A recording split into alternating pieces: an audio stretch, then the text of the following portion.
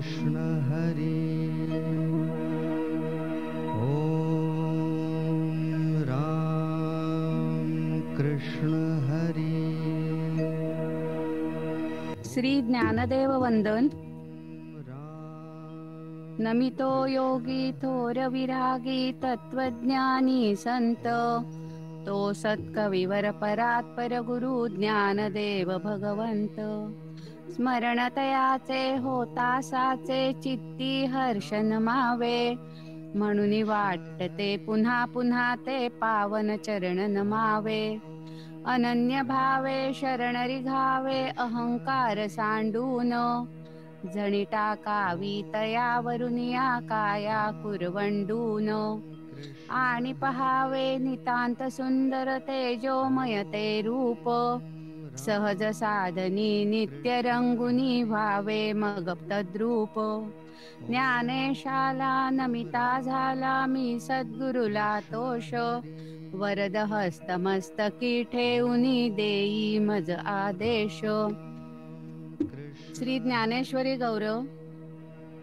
श्री ज्ञानेश्वरी अमृतगंगा, बहुत सुकृते लाभली जगा। पावन करी अंतरंगा, अंग प्रत्यंगा जीवाचिया। भक्तिभावे करिता स्नान, निर्मल होय अंतःकरण। जीवासी परम समाधान, साक्षात दर्शन श्री शिवाचे। जीवा शिवाची होता भेटी, मावळोनी ज्ञाता ज्ञेयादी त्रिपुटी। प्रकटे सोहम भाव प्रतीती, उरे शेवटी ज्ञप्ती मात्र। स्वामी स्वरूपानंद वंदन। नमितो परब्रह्म श्री स्वामीन महान संत महात्मा। आदिनाथ सिद्ध पुरुष तो स्वरूपानंद परमात्मा। चित्ती स्मरता वाचे वदता स्वामी स्वरूपानंद। आनंदाच्या उसळती लाटा होई परमानंद। परमदयाळा परमकृपाळा परमशांत स्नेहाळा। प्रियंवद कुळी अवतरे पावसी कैवल्याचा पुतळा। अहंकार सांडुनी धरावे पावन श्री गुरुचरण। श्री गुरुवरुनी टाकावी की काया कुरवंडून। नयन मनोहर स्वरूप सुंदर वारंवार पहावे। श्री गुरुनामी नित्य अंतरी निशिदिनी रंगुनी जावे। जसे अलंकापूर तसे ते पावस भूवैकुंठ। सोहम भावनांद तो तिथे स्वरूप शांती दूत। स्वरूपानंदा नमिता झाला प्रसन्न नारायण। प्रसन्न होता प्रसन्न चित्ता प्रसन्नता संपूर्ण। नमितो परब्रह्म श्री स्वामीन महान संत महात्मा। आदिनाथ सिद्ध पुरुष तो स्वरूपानंद परमात्मा। ओम स्वस्ति श्री गणेशाय नमः। ओम श्री सरस्वत्यै नमः। ओम नमः श्री परमहंस स्वादित चरण कमल चिन्मकरंदाय। भक्तजनमानस निवासाय श्रीरामचंद्राय नमामि सद्गुरुं शान्तं सच्चिदानंद विग्रहम्। पूर्ण ब्रह्म परानंद मीशमालंदिवल्लभम्।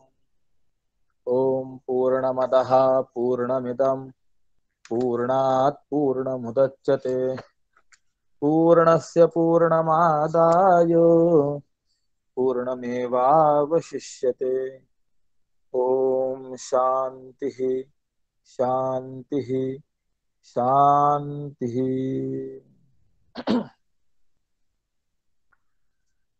श्री भगवान उवाच लोकेस्मिन् विविधा निष्ठा पुरा प्रोक्ता मया नघ। ज्ञानयोगेन सांख्यानां कर्मयोगेन योगिनाम्। अकारण करुणावरुणालय भगवंताच्या असीम कृपेने साधकांचे मायबाप कैवल्य साम्राज्य चक्रवर्ती संत सम्राट विश्वमाऊली ज्ञानोबरायांचं वाङ्मयीन अपत्य ग्रंथराज ज्ञानेश्वरी श्रीमद अभंग ज्ञानेश्वरीचं आपण चिंतन करण्याकरता उपस्थित आहोत आणि तृतीय अध्यायाचा आरंभ आपला झालेला आहे. काल आपण थोडासा विचार करून आलेलो आहे की भगवंताने द्वितीय अध्यायामध्ये कर्मयोग आणि समत्व बुद्धियोग असे दोन योग सांगितले आणि तुलनेने विचार करत असताना कर्मयोगापेक्षाही बुद्धियोगाला विशेष महत्व दिलेलं आहे. आणि असं असतानाही म्हणजे एकाच व्यक्तीला दोन गोष्टी सांगायच्या, त्यापैकी ही गोष्ट अधिक चांगली आहे असं सांगूनही न्यून गोष्टीकडे, कमी महत्ववान गोष्टीकडे जर माणसाला प्रवृत्त केलं तर सहज शंका निर्माण होण्याची शक्यता आहे. तद्वत बुद्धियोग आणि कर्मयोग दोनही योगांचं वर्णन द्वितीय अध्यायामध्ये केलं आणि आता नंतर मग भगवान सांगतात की म्हणून तू युद्ध कर. तर मग प्रश्न असा निर्माण होतो की कनिष्ठ मार्गाने जाण्यापेक्षा श्रेष्ठ मार्गाने का माणसाने जाऊ नये. अर्जुनाची बुद्धी स्वकर्तव्याच्या विषयामध्ये संशयित झालेली होती की युद्ध केल्याने उच्च गती प्राप्त होईल की युद्ध न केल्याने प्राप्त होईल. आणि याविषयी जो संदेह निर्माण झाला ती आपली शंका दूर करण्याकरता भगवंताशी अर्जुनाने विचारणा केलेली आहे, सल्ला विचारलाय. तर उत्तरामध्ये भगवंताने सांगितलं बुद्धियोगाने ब्राह्मी स्थिती मिळते पण तरी देखील तू कर्म कर. पण काय झालं की या उत्तरामुळे अर्जुनाची शंका समाप्त होण्याच्या ऐवजी आणखी वाढल्या गेली. उपदेश करण्याची ही कोणती पद्धत आहे की ज्यामुळे शिष्याची शंका समाप्त न होता वाढेल. काही वेळेला असं आहे, सोपं सांगितलं निश्चित सांगितलं तर शंका समाप्त होते, पण दोन निर्माण केले तर मग मात्र शंका वाढते. यापैकी एकच कोणता मार्ग भगवंताने अर्जुनाला सांगितला असता, कर्मयोग आणि बुद्धियोग, एकच मार्गाचं वर्णन केलं असतं तर अर्जुनाच्या अंतःकरणामध्ये विकल्प निर्माण झाला नसता. पण दोन आले म्हणजे विकल्प निर्माण झाला. आणि नेहमी शास्त्र असं सांगतं ज्या ठिकाणी एकापेक्षा अधिक येत असतं त्या ठिकाणी विकल्प हा निर्माण होत असतो. निर्विकल्प होणं हे फार अवघड पडतं. उदाहरणार्थ एक गंमत सांगतो. एका व्यक्तीला त्याचा बालपणचा एक मित्र भेटला, बऱ्याच वर्षांनी भेटला. भेटल्यानंतर दोघांनाही आनंद झाला. जी पहिली व्यक्ती होती तिने सांगितलं, अरे बरं झालं भेटलास, माझं घर इथे जवळच आहेस, ये आपण घरी जाऊया. दोघे घरी आले आणि घरी आल्यानंतर या व्यक्तीने त्या मित्राला विचारलं, मित्रा काय घेणार, चहा घेणार की कॉफी घेणार. आता हा जर फक्त म्हणाला असता की चहा घे तर तो होय म्हणाला असता, परंतु चहा घेणार की कॉफी घेणार असं म्हटल्यानंतर त्या मित्राच्या मनामध्ये शंका निर्माण झाली की याची पत्नी चहा चांगला करेल की कॉफी चांगली करेल. पण तो देखील निर्विकल्प महात्मा होता. त्याने सांगितलं कॉफी होईपर्यंत चहा चालेल. अर्थात असे निर्विकल्प महात्मे मिळणं हे फार अवघड आहे. परंतु एकापेक्षा अधिक आलं की विकल्प निर्माण झाला की नाही. मग या ठिकाणी जर विकल्प निर्माण करणार भगवान बोलतायत तर आम्ही काय करावं. अर्जुनाने सांगितलं की तेव्हा शंका समाप्त होण्याच्या ऐवजी शंका अधिकच वाढल्या गेली. एक वेळेला तू म्हणतो की कर्मापेक्षा समबुद्धी श्रेष्ठ आहे, तर मला सरळ सरळ सांग ना की समबुद्धीची धारणा कर. पण असा उपदेश न करताना तू मला या घोर युद्धामध्ये प्रेरित करत आहेस. हे घोर युद्ध म्हणजे पापाची खाण जणू काही आहे आणि या खाणीमध्ये तू बुडून मरण्याचा मला उपदेश करतोय.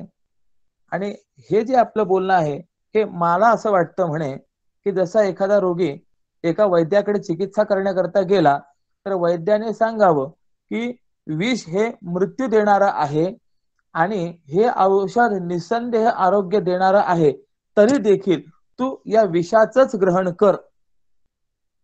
आणि असं जर त्या रोग्याला सांगितलं तर त्या रोग्याची अवस्था काय होईल? की विष हे मृत्यू देणार आहे आणि हे औषध चांगलं करणार आहे, परंतु तू विष पी, असं जर वैद्यानेच त्या रोग्याला सांगितलं तर त्या रोग्याची अवस्था काय होणार आहे? त्याप्रमाणे तुझं बोलणं चाललेलं आहे. जर एखाद्या आंधळ्याने चांगला मार्ग विचारला तर त्याला त्या मार्गाचा उल्लेख न करताना जर त्याला थोडस असं वाकड्या तिकड्या मार्गाने जर पाठवलं तर त्याची अवस्था कशी होणार आहे? देवा, तू देखील मला अशाच पद्धतीने भ्रमामध्ये टाकलेलं आहे. व्यामिश्रेणेव वाक्येन बुद्धिं मोहयसी व मे. आपण थोडस सिंहावलोकन पाहतोय.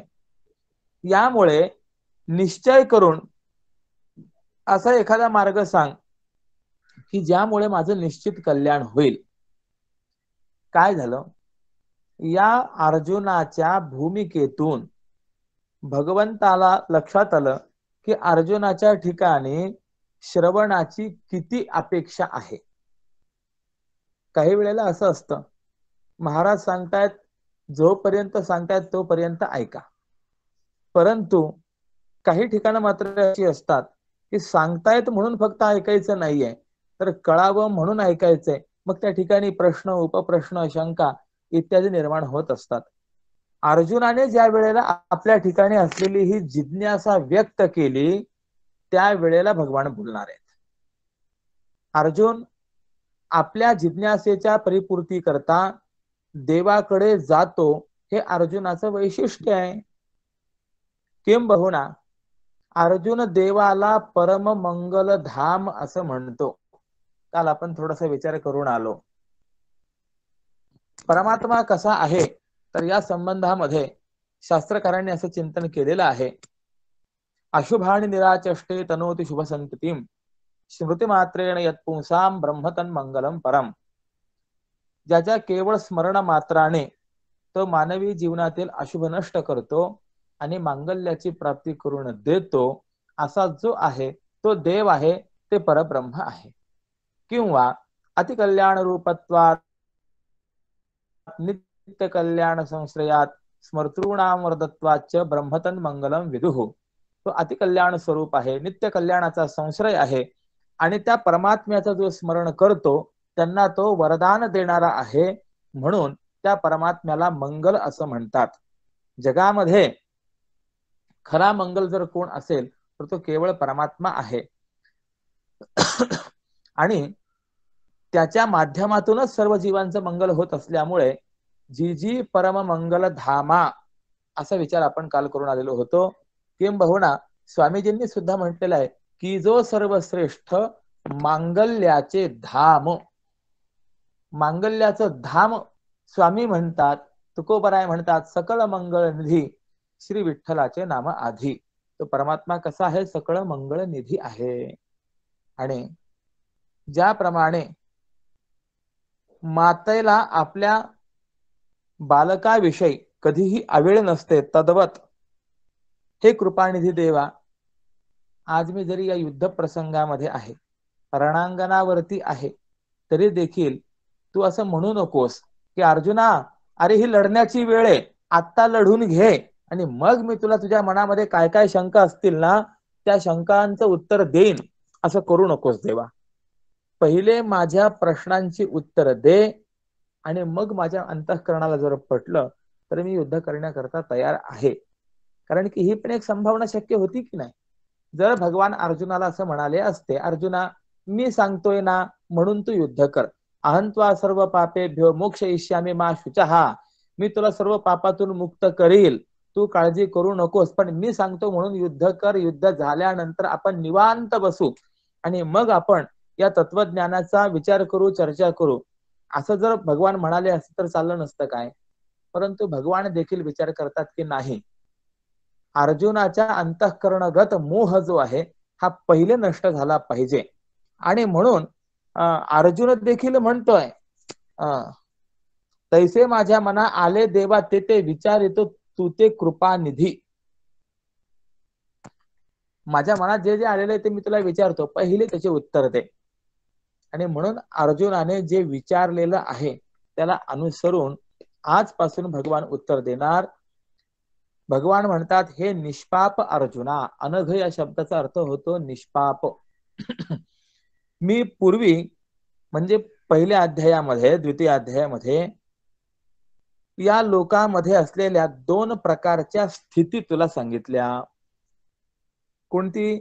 पहिली स्थिती आहे ज्ञान योग द्वारा आत्मज्ञान संपन्न संख्यांची, आणि दुसरी स्थिती आहे निष्काम कर्मयोग द्वारा सिद्धी आणि असिद्धी विषयी समत्व बुद्धी असलेल्या योग्यांची. ज्ञान योगेन सांख्यानाम, कर्मयोगेन योगिनाम. आता यावर व्याख्यान बघा. ऐकोनी हे बोल, मग श्री अच्युत होऊनी विस्मित काय बोले. भगवान श्रीकृष्ण अर्जुनाच्या या बोलण्याने आश्चर्यचकित झाले आणि म्हणाले, अर्जुना, माझ्या मागच्या बोलण्यातला अभिप्राय हा थोडासा गूढ आहे, त्यामुळे तुला तो नीट समजलेला नाहीये. आता असं आहे, या ठिकाणी भगवंताचं विशेषण जे आहे ते अच्युत असं दिलेलं आहे. न चविष्यते नापि चविष्यते, न चेवते नापि चविष्यते, की ज्याच्या अंतःकरण वृत्तीमध्ये कधीही विकार निर्माण होत नाही, जो कधीही आपल्या स्वस्वरूपापासून आत्मज्ञानापासून च्युत होत नाही, ढळत नाही, तो खरा अच्युत आहे. आपण एकंदरीत ज्ञानेश्वरीच्या व्याख्यानामध्ये जर पाहाल तर भगवंताकरता अनेक विशेषण दिलेली आहेत. काही ठिकाणी अच्युत म्हणतात, काही ठिकाणी माधव म्हणतात, काही ठिकाणी श्रीकृष्ण म्हणतात, काही ठिकाणी ऋषिकेश म्हणतात. असे अनेक विशेषण आपल्याला पाहायला मिळतात. तर ती विशेषण त्या ठिकाणी केवळ छंदोभंग होऊ नये म्हणून दिलेली नाहीयेत, किंवा छंद राखण्याकरता म्हणून दिलेली नाहीयेत, तर त्या विशेषणातून त्या प्रसंगामध्ये असलेला जो भाव आहे तो व्यक्त करण्याकरता म्हणून ती विशेषण दिलेली आहेत. आता ज्या ठिकाणी उदाहरणार्थ जसं या ओवीमध्ये मग श्री अच्युत असं म्हटलेलं आहे, तर अच्युत शब्दाच्या अर्थ ऐवजी मग श्री माधव, मग ऋषिकेश असं जर कदाचित म्हणाले असते तर काय छंदभंग झाला असता? काय छंदभंग झाला नसता. परंतु प्रस्तुत जे प्रकरण आहे त्या प्रस्तुत प्रकरणाकरता माधव, ऋषिकेश, जनार्दन इत्यादी जे शब्द आहेत हे उपयोगाचे नव्हते. या ठिकाणी अंतःकरण वृत्तीच्या संबंधाने जो विषय आहे किंवा ज्या दोन स्थिती सांगायच्या आहेत त्या ठिकाणी त्या स्थितीमधून च्युत न होणारा जो आहे तोच सांगितला पाहिजे, म्हणून अच्युत पदाचा प्रयोग या ठिकाणी केलेला आहे.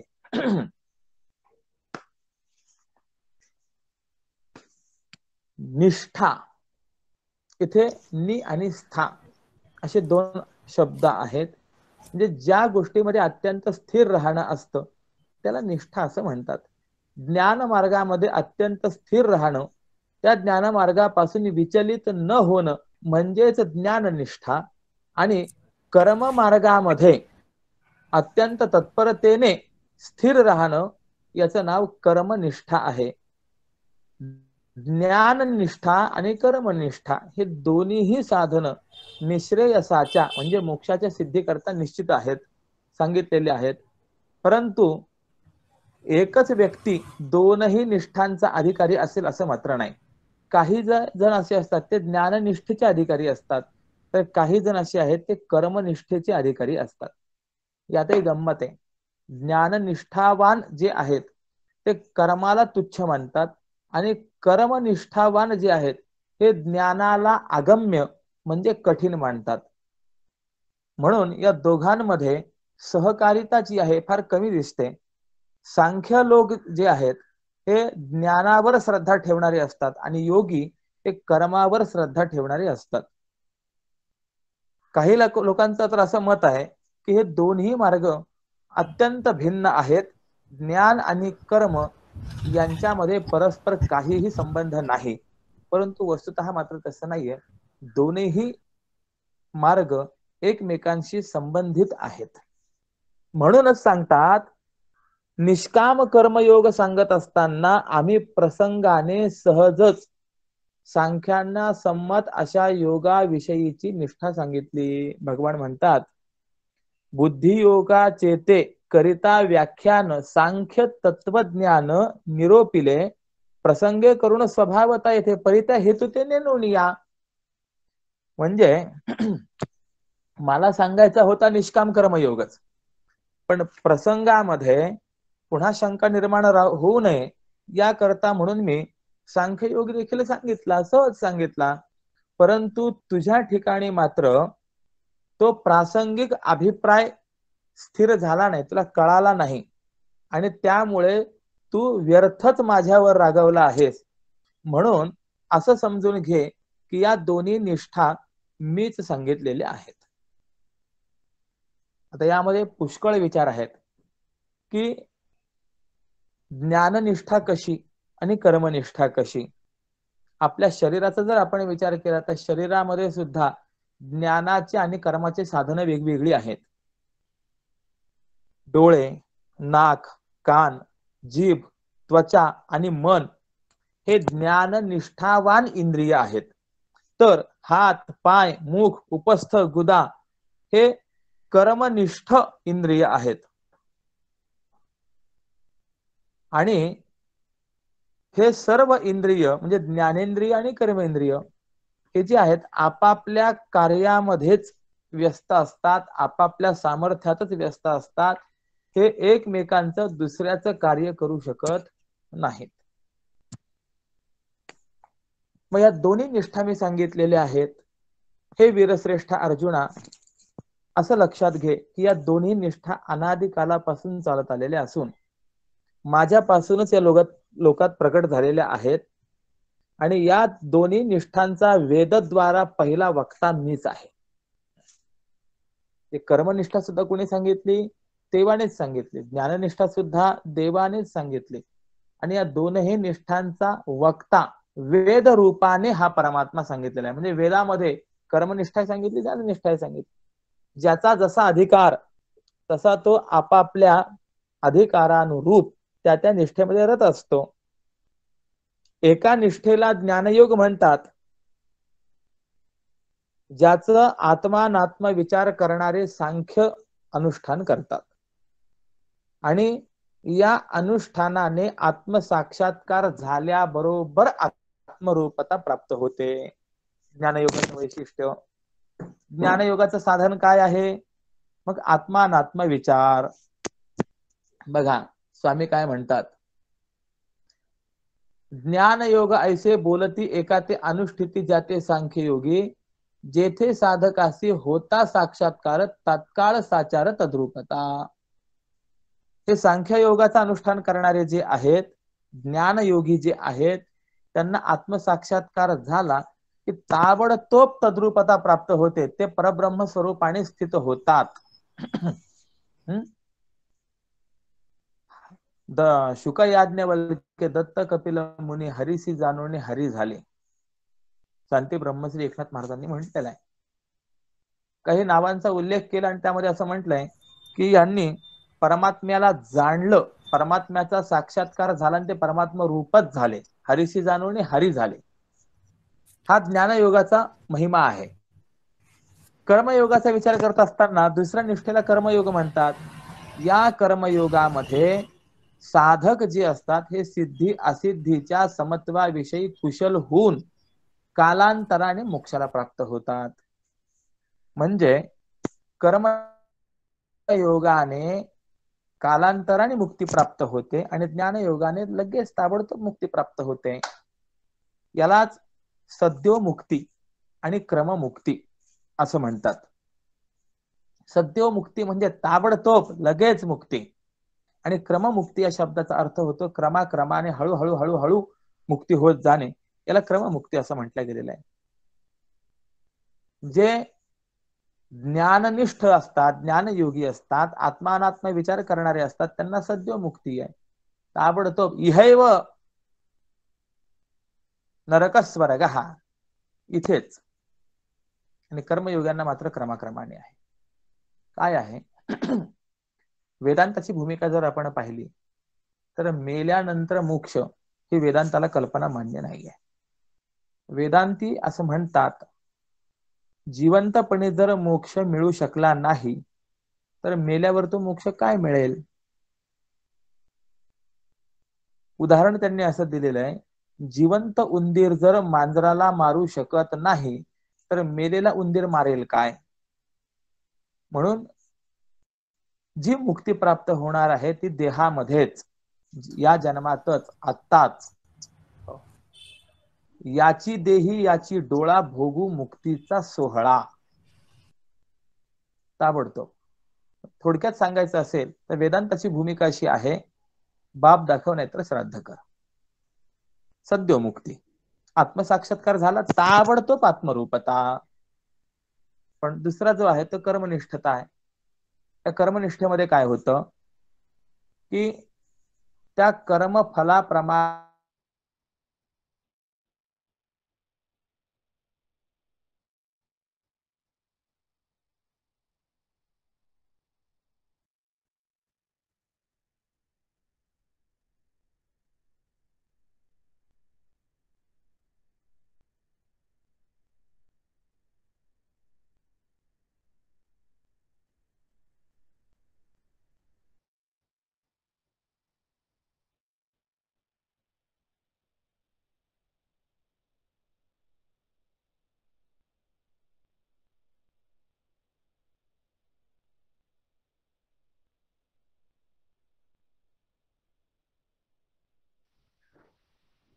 काही नेटवर्क प्रॉब्लेममुळे अडचण आहे. श्रीराम.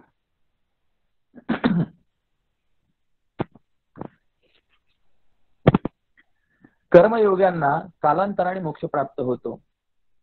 म्हणून असे पुढे सांगतात की हे मार्ग जरी दोन असले तरी ते शेवटी एकाच मोक्षाच्या ठिकाणी येऊन मिळतात. मार्ग दोन, ज्ञानयोग आणि कर्मयोग, पण दोन्हीचं साध्य काय आहे तर मोक्षच आहे. यात अंतर काय आहे तर एक ताबडतोब फळ देणारा आहे तर दुसरा मार्ग हा थोडासा विलंबाने फळ देणारा आहे. याकरता उदाहरण दिलेलं आहे, सिद्ध किंवा साध्य असो स्वयंपाक परितृप्ती एक भोजनांती. स्वयंपाक तयार असेल किंवा तयार करायचा असेल पण दोन्हीही स्वयंपाकाने तृप्ती एकच आहे की नाही?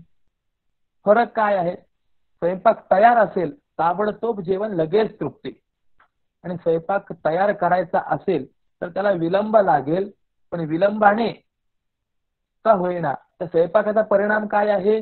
तृप्तीच आहे. एक ताबडतोब आहे, एक विलंबाने आहे. ज्ञानमार्ग ताबडतोब आहे, कर्ममार्ग हा विलंबाने फळ देणारा आहे, परंतु तृप्ती मात्र एकच आहे.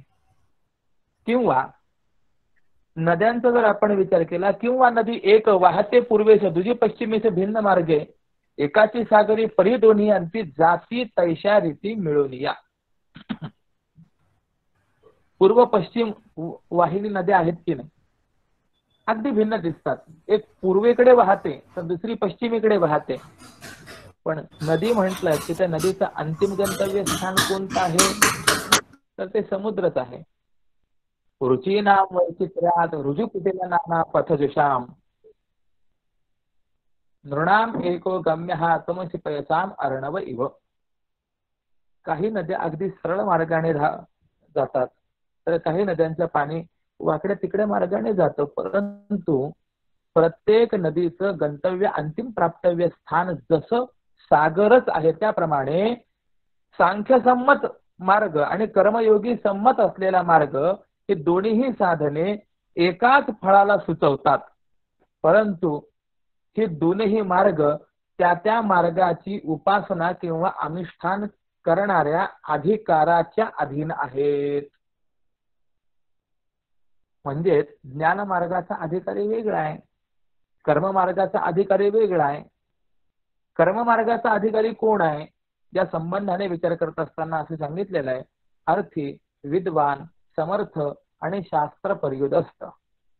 म्हणजे कर्म मार्गाचा विचार करत असताना पहिली गोष्ट तो अर्थी, म्हणजे त्या कर्माचं आचरण करण्याची इच्छा करणारा असला पाहिजे.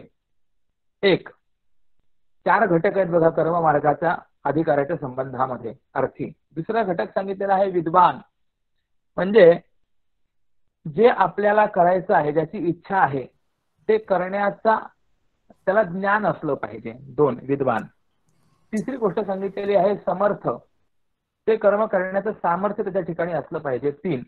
आणि चौथी गोष्ट सांगितलेली आहे शास्त्र परियुक्त, म्हणजे शास्त्राने त्याला मान्यता दिलेली असली पाहिजे. हे कळावं याकरता उदाहरणाने मी सांगतो.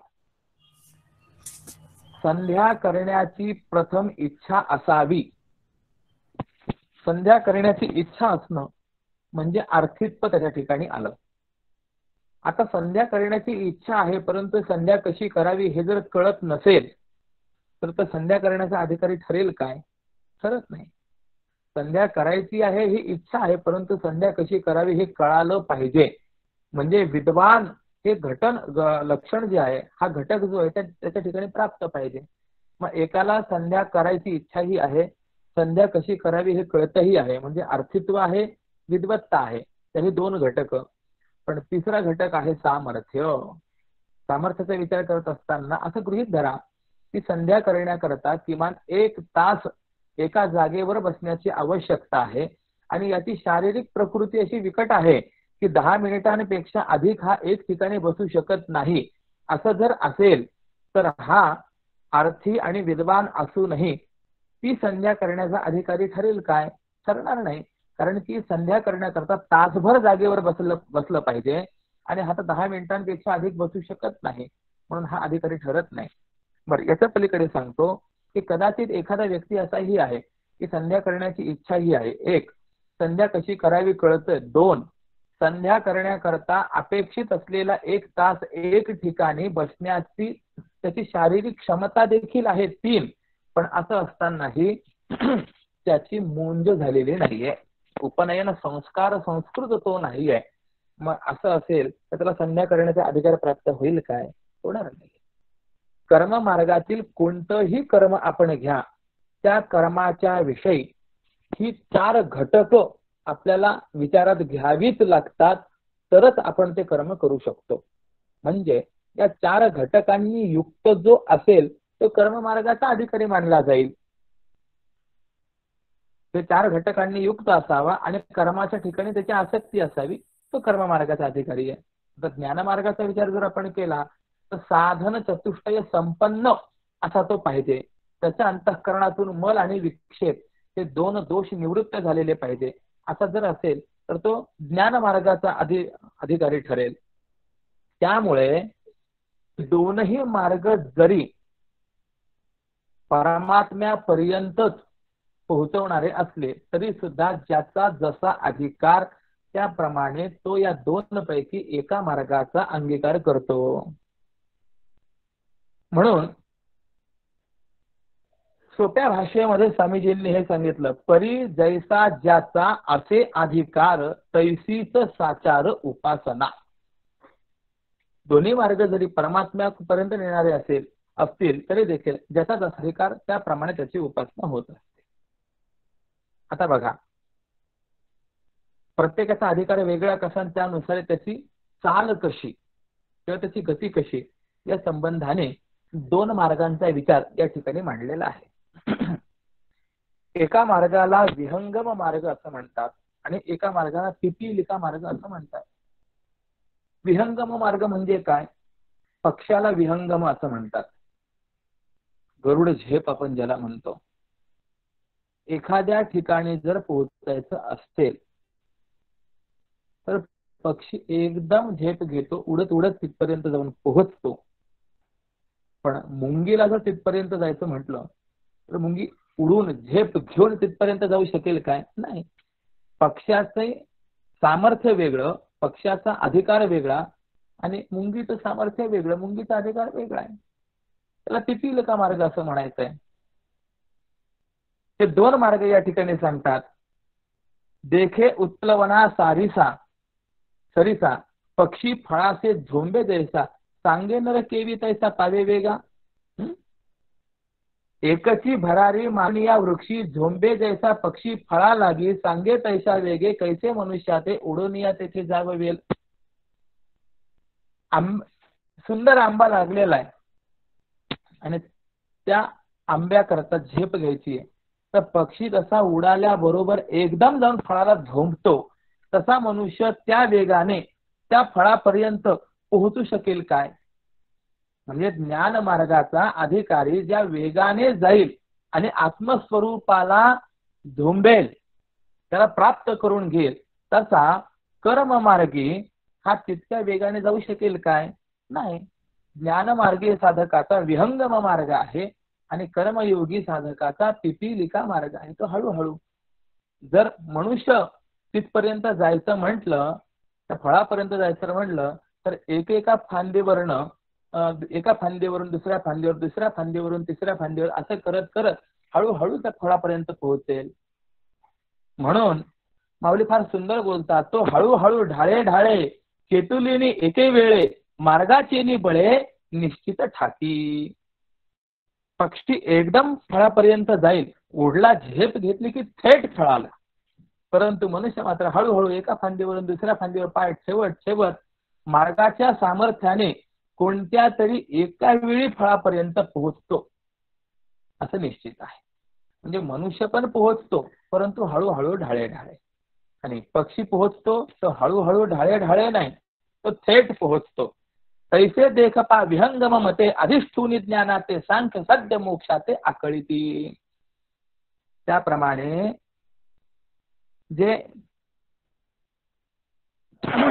सांख्ययोगी आहेत ते ज्ञानाचा आश्रय करून पक्षाला संमत असलेल्या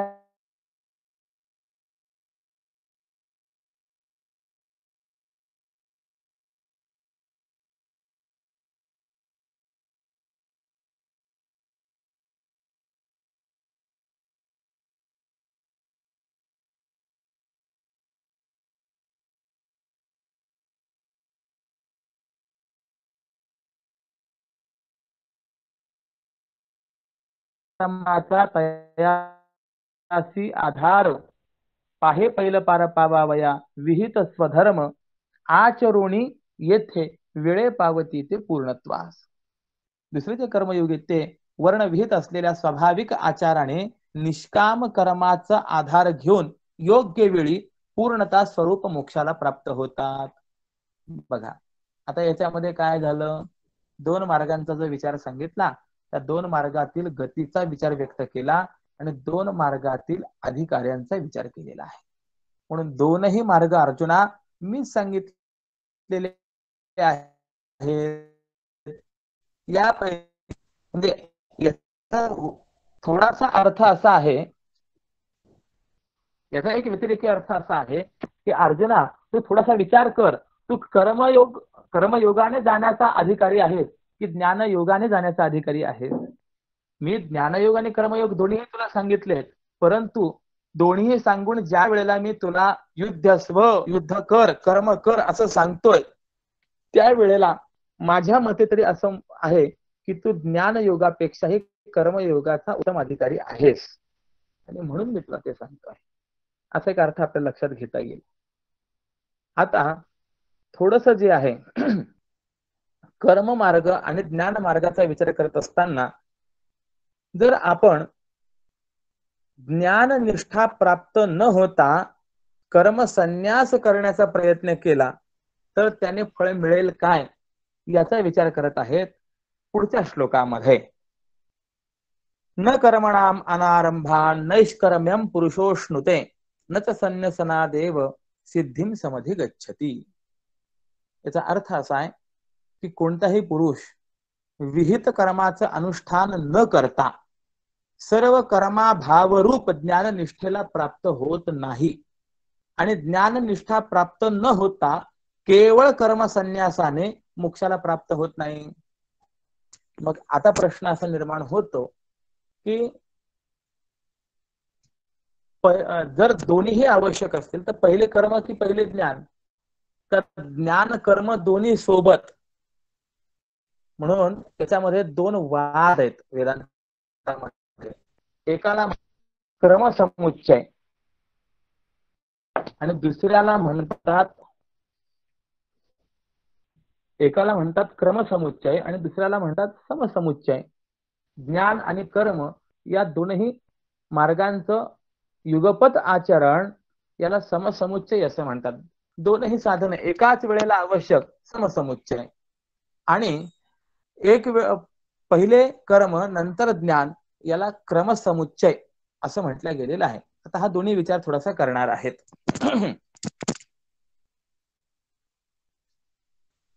वाचोनी कर्मारंभ उचित न करिता सिद्ध व्रत कर्महीना निश्चित होई जेना. कर्माचा आरंभ केल्या वाचून उचित असं वर्णविहित कर्म न करताच त्या कर्महीन साधकाला सिद्ध पुरुषाप्रमाणे एकदम निष्कर्म असं निश्चितपणे होता येत नाही. प्रश्न काय निर्माण झाला होता की ज्ञाननिष्ठा जर प्राप्त करून घेणं महत्वाचं आहे, त्याने जर लवकर फळ प्राप्त होतं तर मग आम्ही असं करतो कर्म सोडून देतो आणि थेट ज्ञाननिष्ठेकडेच प्रवृत्त होतो ना. काय झालं मागच्या व्याख्यानामध्ये आपण काय पाहून आलो की कर्मयोगाने पण फळ प्राप्त होतं पण हळूहळू उशिरा, आणि ज्ञानयोगाने फळ प्राप्त होतं पण लगेच प्राप्त होतं. मग कुणाला तरी असं विलंबाने आपल्याला मोक्ष प्राप्त व्हावा असं वाटेल काय? प्रत्येकाला असं वाटेल लवकर मिळावा, ताबडतोब मिळावा. जवळचा रस्ता कुणालाही आवडतो, लांबचा रस्ता वळण घेतलेला रस्ता नकोसा वाटतो.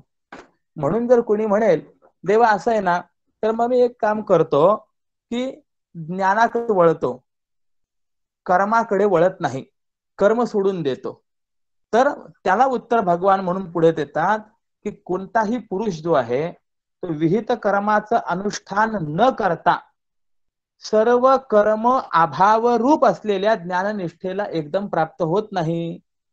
आणि जोपर्यंत ज्ञाननिष्ठा यथावत प्राप्त होत नाही तोपर्यंत केवळ कर्माचा त्याग केल्यामुळे मोक्ष प्राप्त होत नाही. म्हणजे अर्थ काय कळाला? ज्ञाननिष्ठा प्राप्त होण्याकरता विहित कर्माचं अनुष्ठान केलंच पाहिजे. आणि कुणी जर असं म्हणेल की मला ज्ञाननिष्ठा प्राप्त झाली आणि कर्माचा त्याग करतो, तर जोपर्यंत परिपूर्ण रीतीने योग्य ज्ञाननिष्ठा प्राप्त होत नाही तोपर्यंत जर कर्माचा त्याग केला तरी मोक्ष प्राप्त होत नाही. अर्थात ज्ञाननिष्ठा दृढ होईपर्यंत त्याही व्यक्तीने कर्म केलीच पाहिजे, हा सिद्धांत आपल्याला लक्षात घेता येतो. म्हणून कर्माचा आरंभ केल्या वाचून म्हणजेच उचित असं वर्णविहित कर्म न करताच त्या कर्महीन साधकाला सिद्ध पुरुषाप्रमाणे एकदमच निष्कर्म निश्चितपणे होता येणार नाही. कर्महीना निश्चित होई जेना. एखादा अधिकारी महात्मा असेल, तो कदाचित पहाटे उठत नसेल, वेळच्या वेळी स्नान संध्या करीत नसेल, आणि त्याची ती अवस्था पाहून एखादा जर त्या परमोच्च स्थितीला प्राप्त न झालेला मनुष्य देखील जर म्हणेल की नाही मलाही तशीच अवस्था प्राप्त झालेली आहे, त्यामुळे मी सुद्धा आता लवकर उठणार नाही, लवकर संध्या करणार नाही, तर ते योग्य ठरेल काय? ठरणार नाहीये. निस्त्रय गुण्य पथि विचरताम को विधी को निषेधा.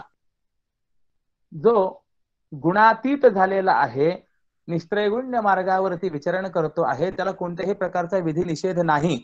परंतु जोपर्यंत ती देह अहंकार रहितता, देह तादात्म्य राहित्य प्राप्त होत नाही तोपर्यंत मात्र तशा पद्धतीचं आचरण करणे म्हणजे एक विडंबनच आहे, स्वतःला फसवणं आहे.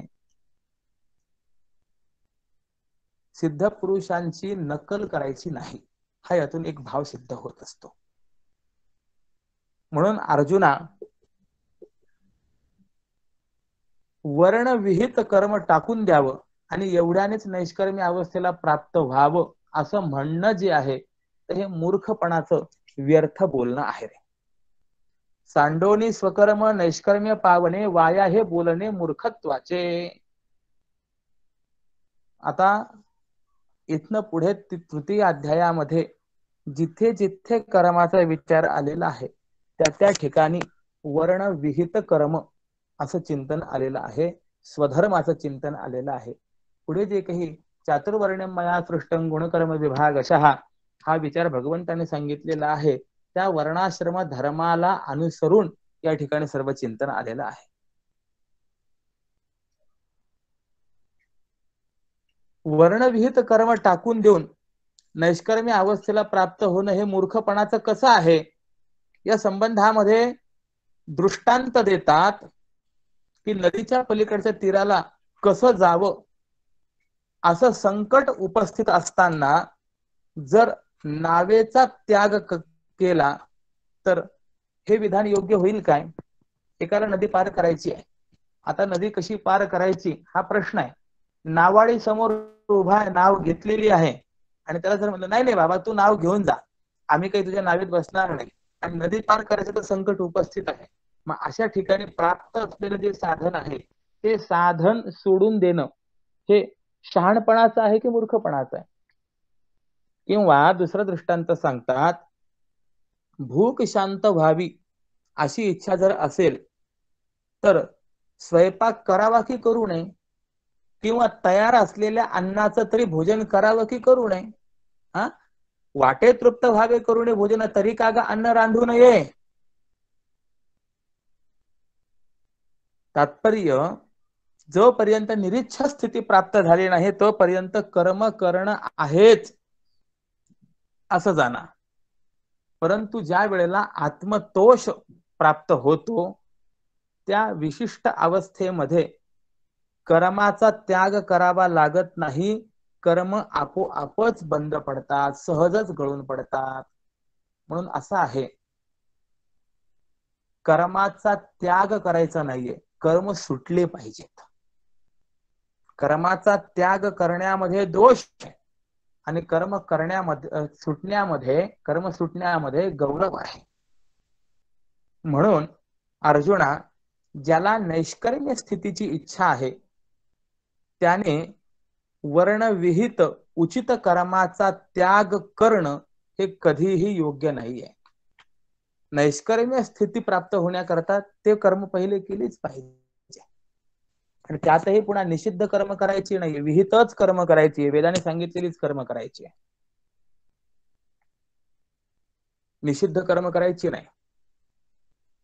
पुढे तर सांगतात, आपल्या इच्छेप्रमाणे कोणतंही कर्म स्वीकारले म्हणजे ते विहित कर्म होऊन व्यवस्थित घडले असं नाही, किंवा कोणत्याही कर्माचा त्याग केला म्हणजे सर्व कर्म संन्यास झाला असं नाहीये. काही वेळेला असं असतं, वेदाने काय सांगितलेलं आहे, शास्त्र काय सांगतं याचा विचार न करता आपल्या मनाला वाटेल ते कर्म स्वीकारणे आणि तेच करत बसणे म्हणजे मग ते विहित कर्म झालं आणि व्यवस्थित घडलं असं होईल काय?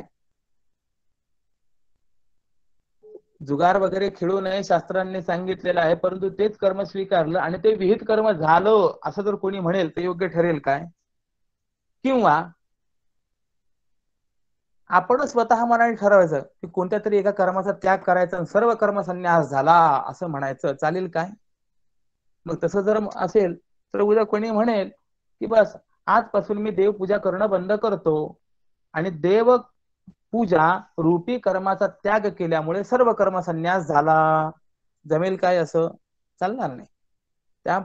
त्यामुळे आपल्या इच्छेप्रमाणे कोणतंही कर्म स्वीकारलं आणि ते कर्म केलं म्हणजे विहित कर्म झालं असंही म्हणता येत नाही, आणि आपल्या इच्छेप्रमाणे कोणत्याही कर्माचा त्याग केला म्हणजे सर्व कर्म संन्यास झाला असंही म्हणता येत नाही. तर कारण का बरं? कारण की कर्माचा स्वीकार आणि त्याग हा आपल्या इच्छेवर अवलंबून आहे असं व्यर्थ आणि अप्रमाण बोललं जातं. कर्माचा स्वीकार आणि त्याग आपल्या इच्छेवर अवलंबून नाहीये, ते शास्त्राने सांगावं लागतं. हे कर्म करा, हे करू नका, त्यावर ते आधारित आहे. सत्यम ब्रूयात न असत्यम ब्रूयात, खरं बोलावं खोटं बोलू नये, हे वेदाने सांगितलेलं आहे. आता कदाचित कुणी असं म्हणेल की बस असत्यम ब्रूयात न सत्यम ब्रूयात, आपल्या इच्छेवरती झालं की नाही?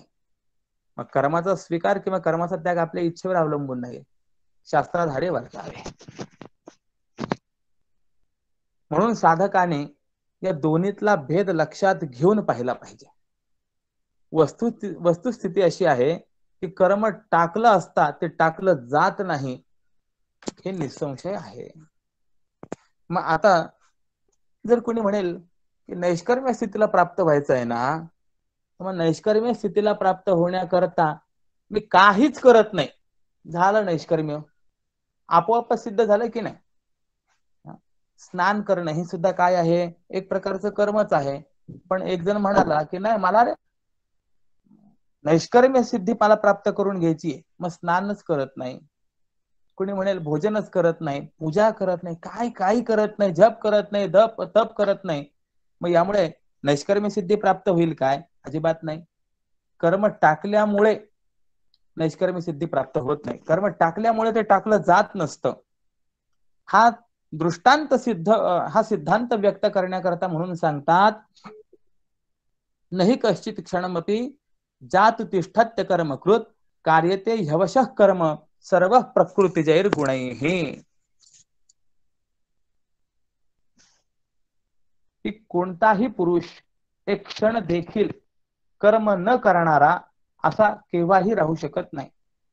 कारण प्रकृती कार्य असल्यामुळे, तो मनुष्य जो तो प्रकृती कार्य असल्यामुळे सत्वादी गुण आणि प्रकृती पराधीन असलेल्या सर्व जीवांकडनं ते कर्म करवतात, कर्म करणं भाग पाडतात. सर्व पुरुष कसे आहेत, म्हणजे सर्व प्राणी, पुरुष शब्दाचा अर्थ या ठिकाणी प्राणी घ्या, सर्व प्राणी कसे आहेत तर प्रकृती पराधीन आहेत. आणि सत्व रजतम हे 3 गुण जे आहेत हे प्रकृती कार्य आहेत.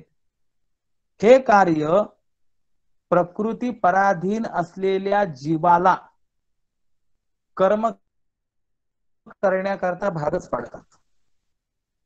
म्हणून सांगतात, जव प्रकृतीचे अधिष्ठान तव सांडी मांडी हे अज्ञान, जे चेष्टाते गुणाधीन आपैसी असे.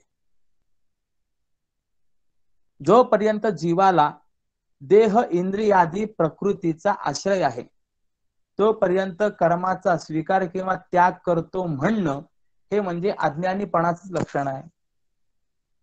कोणतीही सामान्य क्रिया किंवा विशेष क्रिया प्रकृती कार्य असलेल्या सत्व रजतम या 3 गुणांच्या अधीन असल्यामुळे स्वभावतःच असते. जोपर्यंत देह तादात्म्य आहे तोपर्यंत जर कोणी म्हणेल की कर्माचा त्याग करतोय किंवा कर्माचा स्वीकार करतोय, चुकीचं आहे. सत्व रजतम हे 3 गुण त्याच्याकडनं ते करून घेतच असतात. पराधीन आहे जगती पुत्र मानवाचा दोषणा कुणाचा. सर्व प्राणी या प्रकृतीच्या अधीन आहेत, म्हणजे पराधीन आहे, परवशता आहे.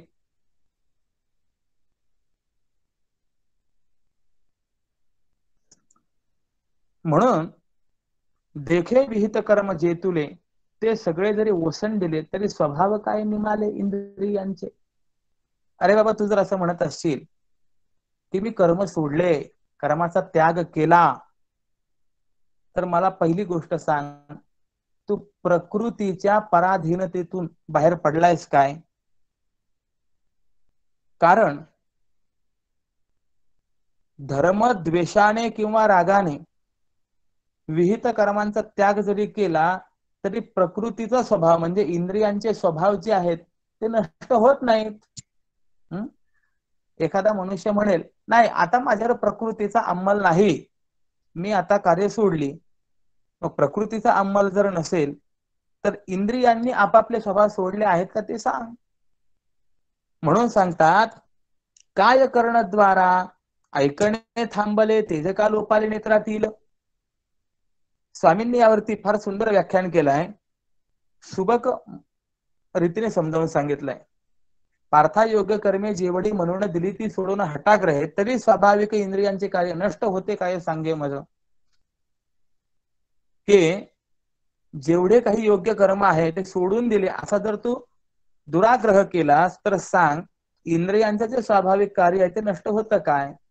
उदाहरण काय आहेत तर याकरता सांगतात, कानाने ऐकण्याचं बंद केलं का? डोळ्यांचं रूप पाहण्याचं कार्य म्हणजे ती दृष्टी नष्ट झाली का? किंवा नाकाची जी छिद्र आहेत ती बुजल्या गेली आहेत काय? आता नाक सुगंध दुर्गंध घेऊ शकत नाही काय? असं जर झालं तर म्हणावं की नाही ठीक आहे, मी आता प्रकृतीच्या अधीन नाही राहिलो. किंवा प्राण अपानांचे व्यापार बंद पडले का? बुद्धी ही विचारहीन झाली का? भूक तहान लागणे इत्यादी शरीराला ज्या पीडा होतात त्या थांबल्या आहेत का? स्वप्न आणि जागृती या अवस्था बंद पडल्या का? पाय चालण्याचे विसरून गेलेत का? पण हे सर्व असो नसो, महत्वाचं असं आहे, ठेले काय जन्म मृत्यू, जन्म मरण नष्ट झालंय काय? आणि यापैकी जर काहीच तुझं बंद पडलेलं नाहीये तर काय टाकलं ते सांग ना. अर्थात निष्कर्ष असा की प्रकृतीचा संबंध असलेल्या पुरुषाला कर्मत्याग करता येणं शक्य नाही, करू शकत नाही. कर्म पराधीनपणे निपजत असे प्रकृती गुणे, येरी धरी मोकळी अंतःकरणे वाहिजे वाया. प्रत्येक मनुष्य हा प्रकृतीच्या अधीन असल्यामुळे प्रकृतीजन्य गुणानुसार सात्विक, राजस, तामस असं त्रिविध कर्म त्याच्याकडून घडतं.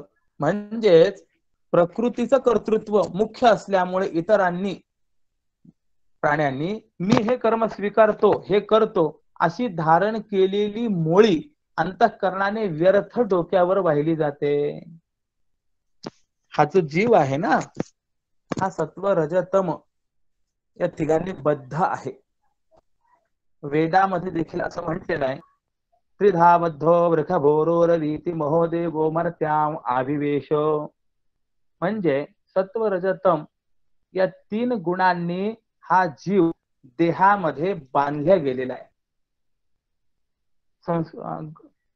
या तिघांना गुण म्हटले गेलेले, सत्व रजतम यांना गुण म्हटलेले आहे. आणि संस्कृत मध्ये गुण शब्दाचा अर्थ दोरी होतो. दोरीचं काम काय आहे? बांधणे. एवढं एकच दोरीचं काम आपल्याला पाहायला मिळतं. त्याप्रमाणे सत्व रजतम हे गुण जे आहेत हे बांधणारेच आहेत. आता कोणता गुण कशाने जीवाला बांधतो या संबंधातला विचार ज्या वेळेला आपल्याला 16वा अध्याय 14वा अध्याय येणार आहे त्यावेळेला मिळेल.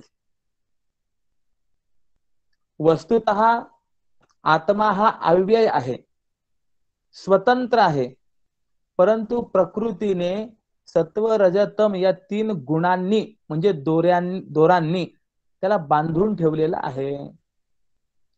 यजुर्वेद आणि ऋग्वेदामध्ये आणखी एक मंत्र आलाय, त्रिधा हितम पणिभिर गुह्यमानं गवी देवासो घृतमन्वविंदन्न. म्हणजे याचा अर्थ असा आहे की व्यवहार करणाऱ्या इंद्रियांनी तीन प्रकाराने प्रकृतीमध्ये गुप्त राहून या देवाला बांधलेला, आत्म्याला बांधून टाकलेला आहे. परंतु या आत्म्याला स्नेहपूर्ण, तेजस्वी असे गुणी लोकच प्राप्त होत असतात.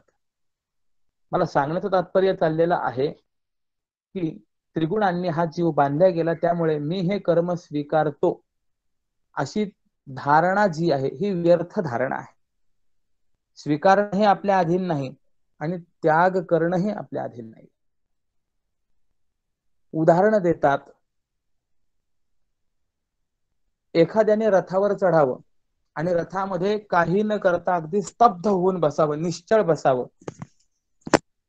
पण तो मनुष्य रथाच्या अधीन झाल्यामुळे त्याला चंचल होऊन प्रवास करावा लागतो. मला सांगा, रथात बसलाय, आता रथात तो काही करतोय का? रथात धावतोय का? नाही. परंतु तो रथाच्या अधीन झाला की नाही? रथात बसला म्हणजे रथाच्या अधीन झाल्यामुळे रथ धावायला लागला, वेगाने चालायला लागला की जसा हा काहीही न करता देखील प्रवास करतो, याचा प्रवास घडतो, त्याप्रमाणे. किंवा दुसरा उदाहरण देत आहेत, एखादं वाळलेलं पान स्वतः क्रियाशून्य, झाडाचं पान वाळलं, जमिनीवर पडलं गळून, स्वतः क्रियाशून्य आहे ते. पण वारं आलं, वावदळ आलं, त्या वाऱ्याच्या झपाट्यात सापडल्यामुळे ते उचललंही जातं आणि आकाशामध्ये इकडे तिकडे फिरत राहतं. हे जसं आहे त्याप्रमाणे प्रकृतीच्या आधाराने कर्मेंद्रियाच्या क्रिया करण्याच्या स्वभावामुळे मी काही करत नाही असं म्हणणारा सुद्धा जो आहे तो अखंड व्यापार करीत असतो. म्हणून असं सांगतात की एक क्षण सुद्धा असा नाहीये की ज्या वेळेला मनुष्य काही कर्म करत नाही. म्हणून प्रकृतीचा संबंध जोपर्यंत आहे तोपर्यंत कर्माचा त्याग करणं हे संभवत नाही. आणि इतक्यावरही आम्ही कर्माचा त्याग करू असं जे म्हणतात त्यांचा केवळ आग्रह शिल्लक राहतो, त्यांच्याकडनं त्याग घडत नाही. म्हणजे मी कर्म त्यागले आहेत, मी कर्म सोडले आहेत असं म्हटल्याने कर्म सुटत नाहीत. कुणीही एक क्षणभर देखील कर्मापासून राहत नाही. किंबहुना चिंतन तर असं दिलेलं आहे की काही न करणं हे सुद्धा करणंच आहे. उदाहरणार्थ एका पतीने पत्नीला फोन केला, काय करतेस? तिने सांगितलं काही करत नाही. वाचतेस का? नाही. अमुक? नाही. मग काय करतेस? तिने सांगितलं काही करत नाही. अगं काही न करणं हे सुद्धा करणंच आहे. कर्माचा त्याग घडणे संभवनीय नाही. जागेवर बसलेला आहे, स्तब्ध बसलेला आहे, पण स्तब्ध बसलेला असताना सुद्धा डोळे रूप पाहतातच आहेत ना. म्हणजे डोळे डोळ्याचं काम करतायत. कुठे जर आजूबाजूला आवाज झाला तर कान ऐकतातच आहेत ना. म्हणजे प्रकृती कार्य चालूच आहे. नाक श्वास प्रश्वास चालूच आहे. सुगंध दुर्गंध घेण्याचं काम चालूच आहे. त्वचेला स्पर्श होतोच आहे. मग असा कोणता क्षण आहे की ज्या क्षणामध्ये जीव कर्म करत नाहीये? कर्म चालूच आहे. म्हणून पुढे असं सांगतात, कर्मेंद्रियाणि संयम्य य आस्ते मनसा स्मरण इंद्रियार्थान विमूढात्मा मिथ्याचारस्स उच्यते. जो मूढचित्त पुरुष केवळ कर्मेंद्रियांना आवरून मनाने इंद्रियांच्या विषयाचं चिंतन करीत असतो तो मिथ्या आचरण करणारा दांभिक आहे. दांभिक लोकांच्या मूढतेचं वर्णन यामध्ये केलेलं आहे. दांभिक लोक काय करतात? कर्मेंद्रियांना स्तब्ध ठेवतात, परंतु ज्ञानेंद्रियांनी आणि विशेषतः मनांनी त्या भोगांचा विचार करत राहतात. रात्रंदिवस त्या विषयांच्या प्राप्ती करता तडफडतात. विषय प्राप्त व्हावेत ही अपेक्षा, परंतु बाहेरून मात्र शरीराला साधू प्रमाणे सजवून स्तब्ध ठेवतात. मग असे जे असतात हे मूढ मिथ्या व्यवहार करणारे दांभिक आहेत आणि अशांना उत्तम गती प्राप्त होत नाही, अधोगतीच होते निश्चित. त्यांचं असं मत आहे, शरीराने कर्म न केल्यानेच सिद्धी होते, परंतु हा भ्रम आहे. शरीराने म्हणजे प्रत्येक कर्मेंद्रियाने किंवा ज्ञानेंद्रियाने कर्म जरी नाही केलं, परंतु मनाने जर विषयांचं चिंतन केलं तर दोष अवश्य लागणारच आहे. कर्मेंद्रियांच्या बरोबर म्हणजे शरीराला स्तब्ध ठेवण्याबरोबर जर मन शुद्ध जर राहिलं नाही तर मग मात्र त्या दोषांपासून मुक्तता होत नाही. उदाहरण सांगतो.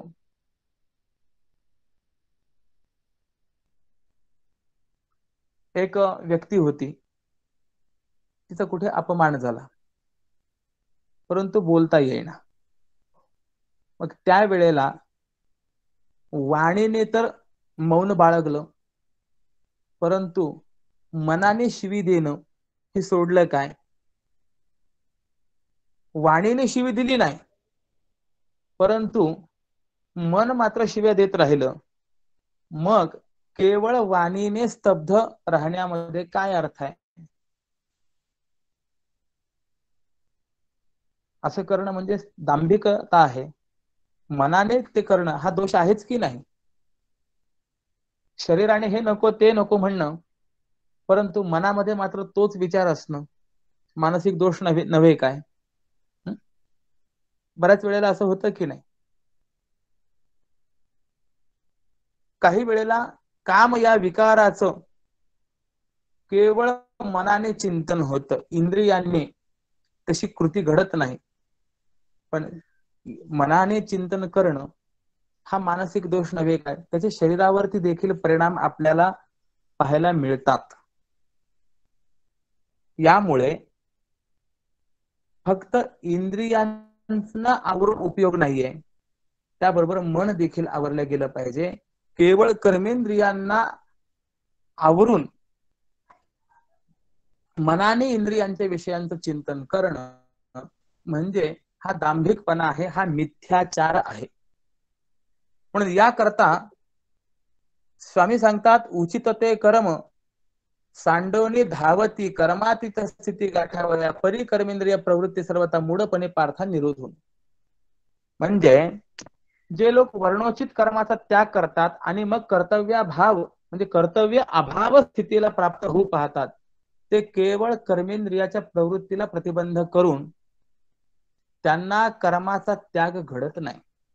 त्यांच्या मनात शोधून पाहिलं तर विषय प्राप्तीचं कर्तव्य सापडतं. त्यामुळे वरवर ते कर्मत्यागाचं सोंग घेतात, पण ते त्यांच्या कर्मत्यागाचं उघड दारिद्र्य आहे असं जाणावं. अर्जुना, असं जे कर्मत्यागाचं सोंग घेणारे आहेत ना, ते खरोखरी सर्वतोपरी विषयासक्त आहेत असं जाण, आणि त्यांच्या विषयासक्तीविषयी संशय घेण्याचं कारण नाही. म्हणून अर्जुना, प्रसंगाने तुला आता मी अनासक्त पुरुषाचं लक्षण कसं असतं ते सांगतो. म्हणजे आतापर्यंत आसक्त पुरुषाचं लक्षण झालं. आसक्त पुरुष काय करतो, बऱ्याच वेळेला आपल्या इंद्रियांना स्तब्ध ठेवतो. म्हणजे इंद्रियांनी मला हा विषय नको असं दाखवतो, परंतु मनामध्ये मात्र त्याच्यात तेच असतं, हा विषय प्राप्त व्हावा हीच अपेक्षा असते. बरोबर वर करणे नको म्हणायचं, परंतु आतून तर मात्र हवं असतं. काही वेळेला भोजन करताना सुद्धा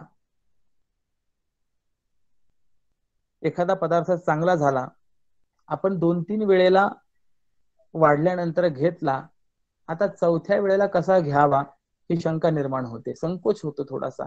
काय म्हणतील, किती खातोय. वाढणारा आग्रह करतो, घ्या 1 वाटी आंब्याचा रस घ्या. आता याच्या मनामध्ये तर असतं की घ्यावा, परंतु काय म्हणतील यामुळे तो वरवर नको म्हणत असतो. मग वरवर नको म्हणणं म्हणजे अनासक्ती आहे काय? नाही. तर आतून नको असणं ही खरी अनासक्ती आहे. मग आतापर्यंत जो आपण विषय पाहिला हा आसक्त पुरुषांचा विषय पाहिला. इथनं पुढे अनासक्त पुरुष कसा असतो त्याचं चिंतन सांगतात. म्हणून स्वामी महाराज म्हणतात, अर्जुना लक्षण निष्कामाचे. किंबहुना गीतेला श्री विनोबा भावे यांनी अनासक्ती योगच म्हटलेला आहे. तो अनासक्ती योग कसा 3 श्लोकांमध्ये सांगितलेला आहे. श्लोक क्रमांक 7 ते 9. यस्त्विंद्रियाणि मनसा नियम्यारभते अर्जुन कर्मेंद्रियैः कर्मयोग मसक्तस्य विशिष्यते.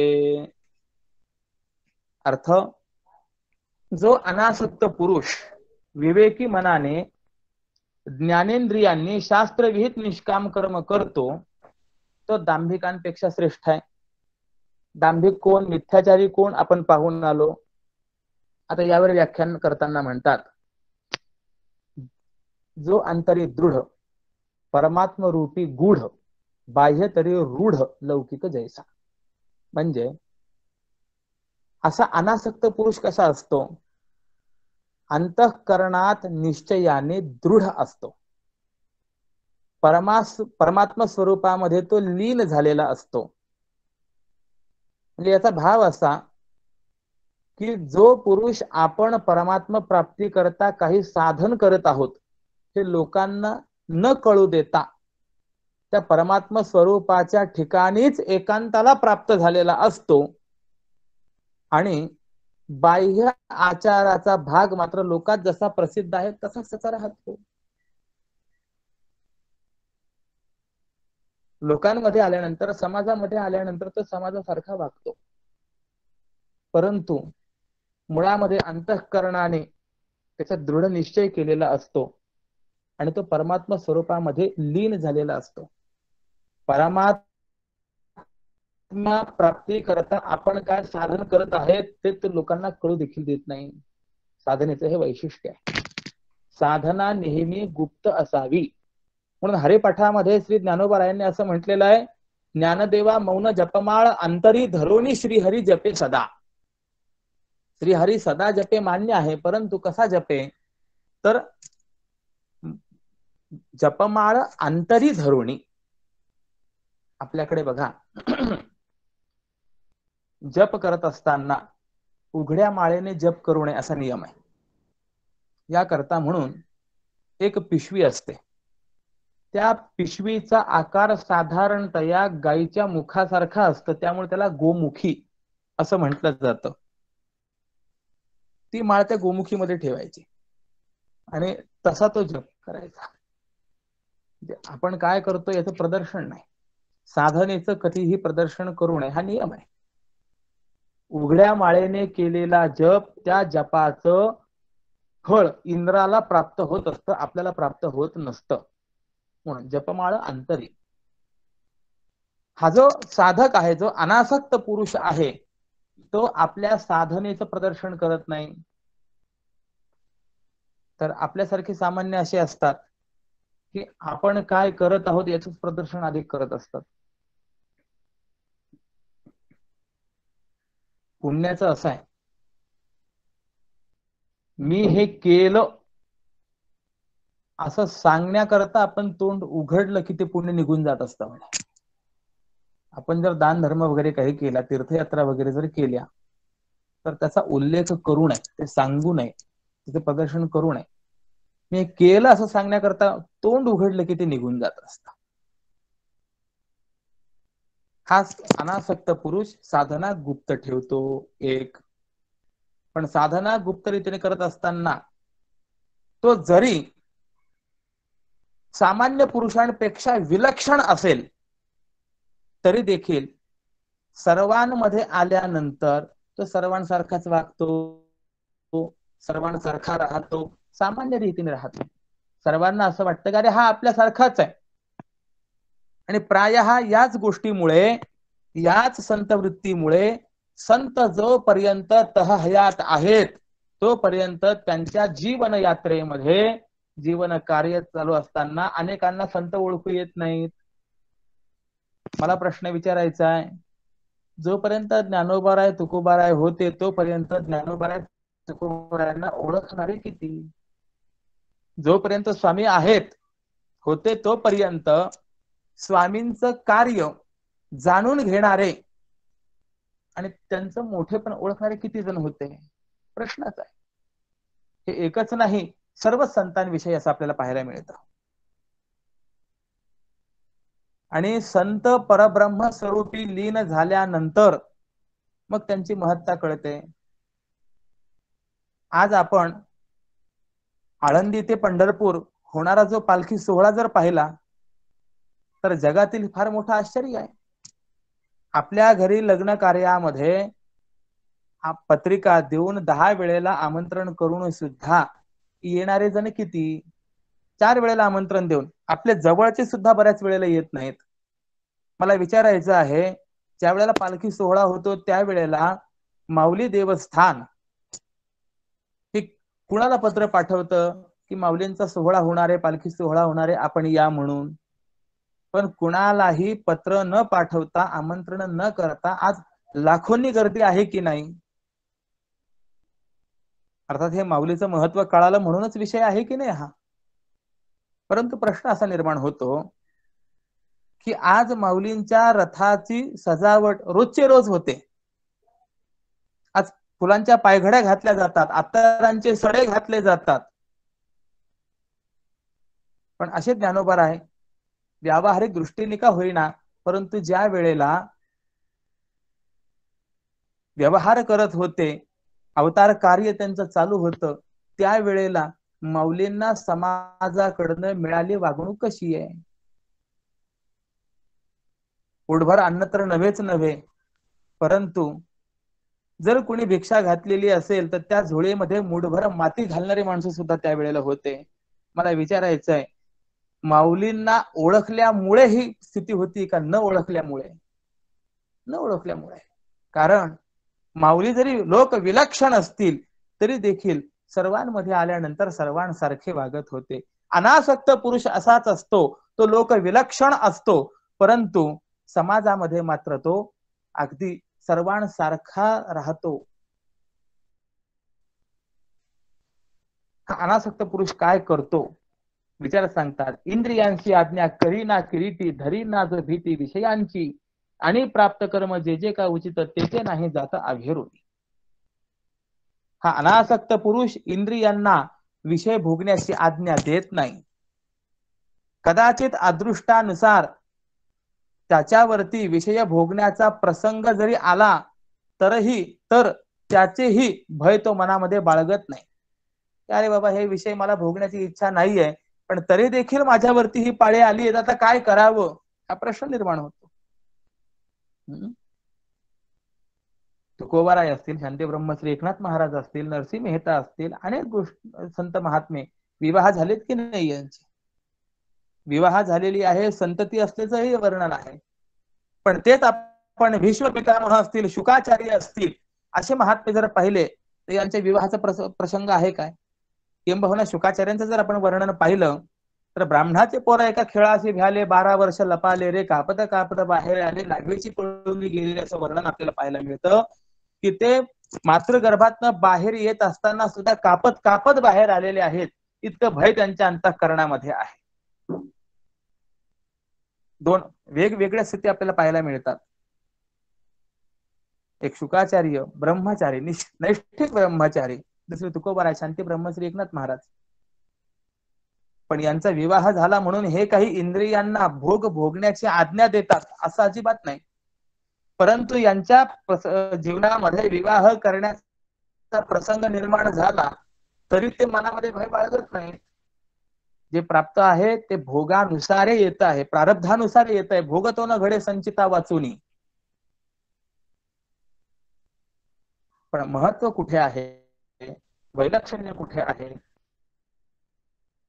तर ते विषय भोगत असताना देखील हे महापुरुष त्या विषयोपभोगामध्ये आसक्त राहत नाहीत.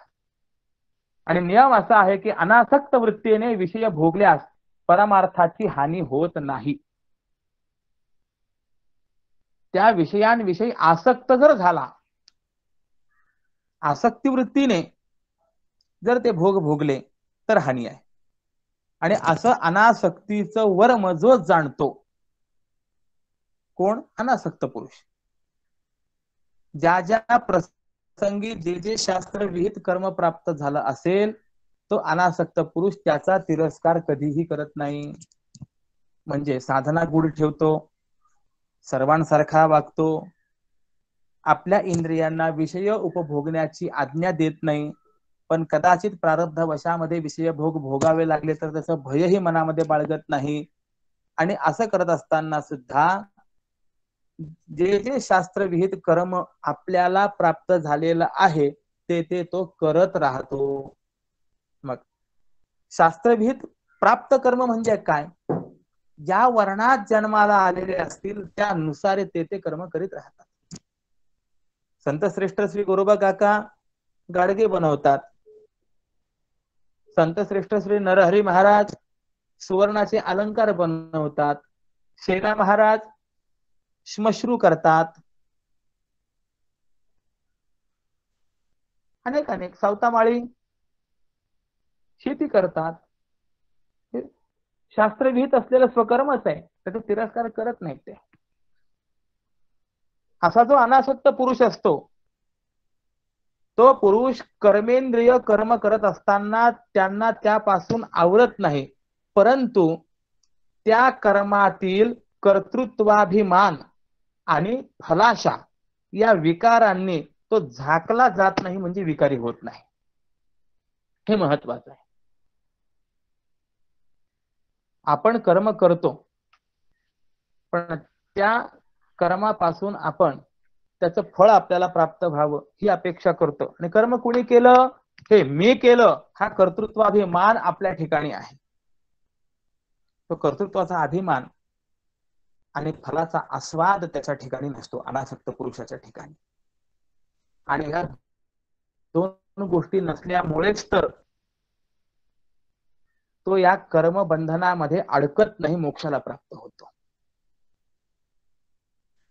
तो कोणत्याही इच्छेने तावडीत धरला जात नाही अनासक्त पुरुष. अज्ञान रूपी मळाने तो मलिन होत नाही. उदाहरण देतात, ज्याप्रमाणे कमळाचं पान हे पाण्यामध्ये राहून पाण्याने ओलं होत नाही, पद्मपत्र मिवांभसी, किंवा जैसे जळी जळे न शिंपे पद्मपत्र, जैसे पद्मपत्र राहुनी जळात भिजेना तयात लेश मात्र, तैसा उपाधीत नभे लिप्त जो का सकळांसारखा दिसोनिया. जसं कमळ पाण्यात राहतं परंतु ते पाण्याने लिप्त होत नाही, पाण्याचा स्पर्श नाही, तद्वत त्याप्रमाणे तो लोकांच्या संगतीत असतो. दिसण्यासही अलौकिक न दिसता सर्वसामान्य लोकांसारखाच दिसतो, परंतु मनाने मात्र असंग व परमात्मा स्वरूपाच्या एकांतात असल्यामुळे अलौकिकही असतो. जसं सूर्याचं बिंब पाण्याच्या संगतीने पाण्यात प्रतिबिंबित होतं, त्याप्रमाणे त्या पुरुषाकडे सामान्य रूपाने पाहिलं तर तो सामान्य माणसासारखाच दिसतो, पण एरवी जर आपण विचार करून पाहिलं तर त्याचं वास्तव स्वरूप मात्र फार वेगळं असतं. आपण स्वामीजींकडे जर पाहिलं तर सामान्यांच्या संगतीत निवास, दिसण्यास अलौकिक नाही, लौकिक. सामान्य पुरुषालाही 2 हात 2 पाय 2 डोळे 2 कान नाक मुख, तसं या महापुरुषांना देखील तद्वत त्याप्रमाणेच सकळांसारखा दिसे. परंतु म्हणजे हे सर्व कसं दिसतंय, सामान्य दिसतंय, पण अधिकार दृष्टीने जर आपण पाहिलं तर सामान्य की असामान्य, असामान्य आहेत. तैसा सामान्य तरी पाहिजे तरी साधारणची देखीजे. सामान्य रूपाने पाहिलं तर सामान्य माणसासारखाच दिसतो, पण एरवी निर्धारिता नेणीचे सोय जयाची, पण एरवी जर आपण विचार केला तर वास्तव स्वरूप मात्र फार अलौकिक आहे, मनोवाचातीत अशा स्वरूपाचा आहे. अशा लक्षणांनी युक्त ज्या पुरुषाला पाहशील तोच आशापाश रहित आणि मुक्त आहे असं तू जाण.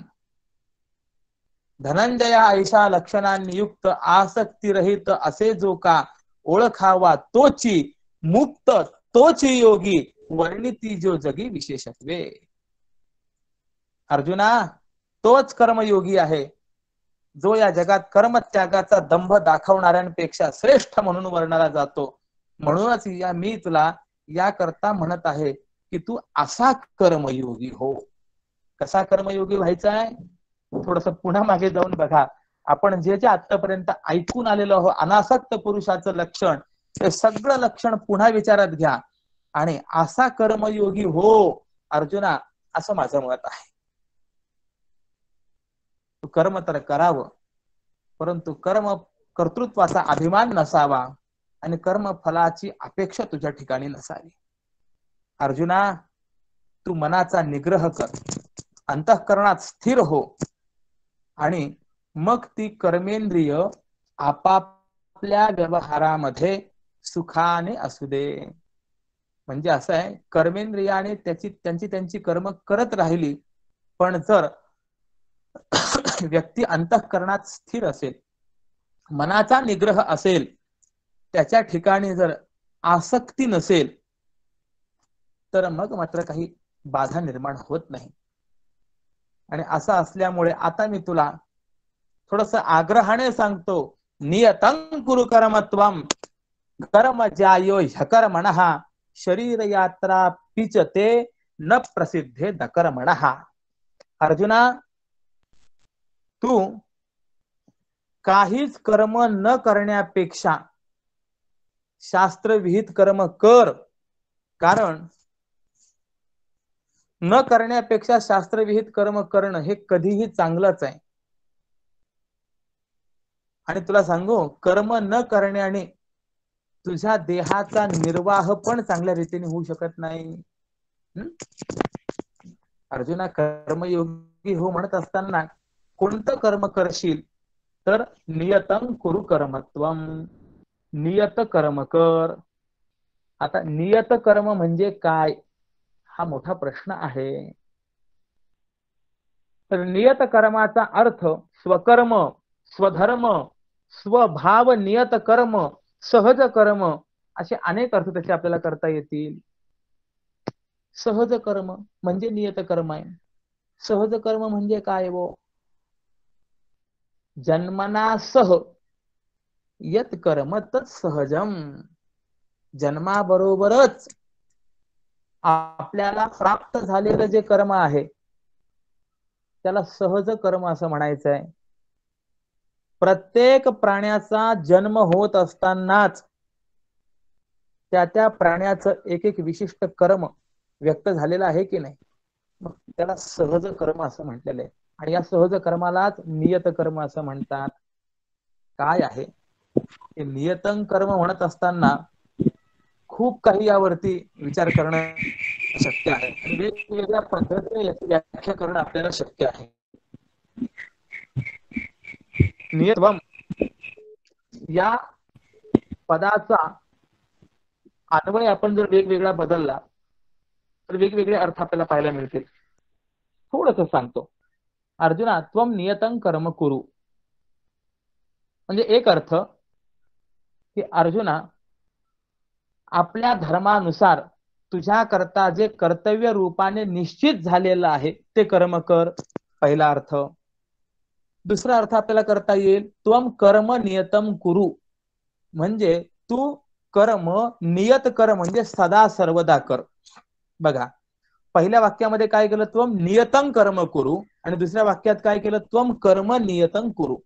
नियत कर्म कर म्हणजे स्वधर्माचं कर्म कर, शास्त्रविहित कर्म कर, आणि कर्म नियतं कुरु म्हणजे तू कर्म सर्व काळ कर.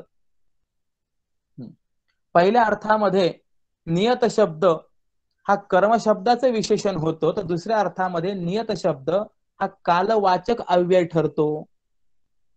नियत नियत म्हणजे काय, मर्यादाने युक्त असं युक्त कर्म, जे मर्यादेत आहे, जे मर्यादेने मर्यादित झालेलं आहे, किंवा बहुना जे आपल्या अधिकार क्षेत्रातलं आहे असं कर्म कर. मर्यादेचं अतिक्रमण होणार नाही असं कर्म करणे नियतं कर्म. आता थोडासा या संदर्भातला विचार करा. पुष्कळ आहे कर्मयोगाच्या संबंधाने आणि नियत शब्दाच्या संबंधातील पुष्कळ आहे. असो, म्हणून नैष्कर्म्य होवावे तरी येथतेन संभवे आणि निषिद्ध केवी राहटावे विचारिका. आपण कर्मरहित व्हावे असं जर म्हणशील तर या प्रकृती पारतंत्र्यात ते संभवत नाही. जोपर्यंत आपल्यावरती प्रकृतीचं पारतंत्र्य आहे, आपण प्रकृतीच्या अधीन आहोत, तोपर्यंत कर्मरहित होणं असं म्हणणं संभवत नाही. म्हणून विहित कर्म टाकून केवळ निषिद्ध कर्मच कसं बरं करावं, विचार कर जरा. सांडोनी स्वकर्म कर्मातीत व्हावे हेतो न संभवे संसारी या, मग शास्त्रबाह्य करावे का कर्म, सोडावा धर्म सांगे आता. जर स्वकर्म सोडून विहित कर्म टाकून निषिद्ध कर्मच मग कसं करावं, जर तू कर्मरहित होऊ शकत नसशील तर. आणि म्हणून मी तुला सांगतो, म्हणून या पार्थ प्रसंगानुसार कर्म जे साचार प्राप्त होवे ते तुवा विहित आचरावी येतो. म्हणून आपापल्या वर्णाला जे जे उचित असेल अर्जुना, प्रसंगाने ते जर प्राप्त झालं तर फळाची इच्छा न ठेवता ते तू कर्म केलं पाहिजेस. मी मगाशी बोलून आलो, या तृतीय अध्यायामध्ये सर्वत्र आपापल्या वर्णाला उचित असं म्हणजे वर्णाश्रम धर्माचा विचार प्रामुख्याने केलेला आहे. म्हणजे विस्ताराने जर हा सर्व विचार मांडायचा म्हटलं तर खूप विस्तार होणार आहे. कोणत्या वर्णाला कोणतं उचित कर्म आहे आणि ते प्रसंगाने प्राप्त झालं तर फलेच्छा न ठेवता ते कसं करावं, हा मोठा गहन प्रश्न आहे. असो अर्जुना, आणखी एक कर्माचं आश्चर्य मी तुला सांगतो जे तू जाणत नसशील. परंतु फलेच्छा रहित असं जर निष्काम कर्म केलं तर ते निष्काम कर्मच या कर्मबंधनातून सोडवणारं ठरतं. ज्याप्रमाणे लोखंड कापण्याकरता आपल्याला गरज कशाची आहे? लोखंडाचीच गरज आहे. त्याप्रमाणे कर्मणा कर्म निर्हारः, कर्मानेच कर्माचा निर्हार होत असतो. पण कोणत्या कर्माने? तर निष्काम कर्माने. तेच कर्मच आपल्याला कर्मबंधनातून सोडवणारं ठरतं. उदाहरण देतात की अनादी कालापासून चालत आलेल्या परंपरेच्या आधाराने जो स्ववर्ण विहित धर्माचं आचरण करतो तो त्या धर्माने निश्चित मोक्षाला प्राप्त होत असतो. कर्मच कर्मबंधनातून कसं सोडवणार आहे हा मोठा प्रश्न आहे. कर्मणा कर्म निर्हारः हा यातून व्यक्त होतो. आणि त्या कर्माने आपलं कर्म मुक्त व्हावं असं जर वाटत असेल तर ते कर्म कसं करायचं आहे? तर ते ईश्वर प्रीत्यर्थ कर्म करायचं आहे. ईश्वर प्रीत्यर्थ केलेल्या कर्माने मनुष्य कर्माबंधनातून कसा मुक्त होतो याचा विचार जो आहे हा उद्याच्या सत्रापासून मी मांडणार आहे. श्लोक क्रमांक 9. यज्ञार्थात कर्मणोन्यत्र लोकोयं कर्मबंधनः तदर्थं कर्म कौंतेय मुक्त संगः समाचर. या श्लोकापासून पुढील व्याख्यान आपल्याला पाहायला मिळणार आहे. ईश्वर प्रीत्यर्थ केलेलं कर्म हे जन्म मरण ऐहिक पारलौकिक अशा फलाला प्राप्त करून न देता ते मोक्षाला कारणीभूत कसं ठरतं हा विचार आपल्याला उद्यापासून ऐकायला मिळणार आहे. आजची झालेली ही वाङ्मयीन सेवा स्वामीजींच्या चरणारविंदी, माऊलींच्या चरणारविंदी, समस्त संत मांदियाळीच्या चरणारविंदी समर्पित करतो. माझ्या वाक प्रपंचाला विराम देतो. ओम पूर्णमदः पूर्णमिदं पूर्णात् पूर्णमुदच्यते पूर्णस्य पूर्णमादाय पूर्णमेवावशिष्यते.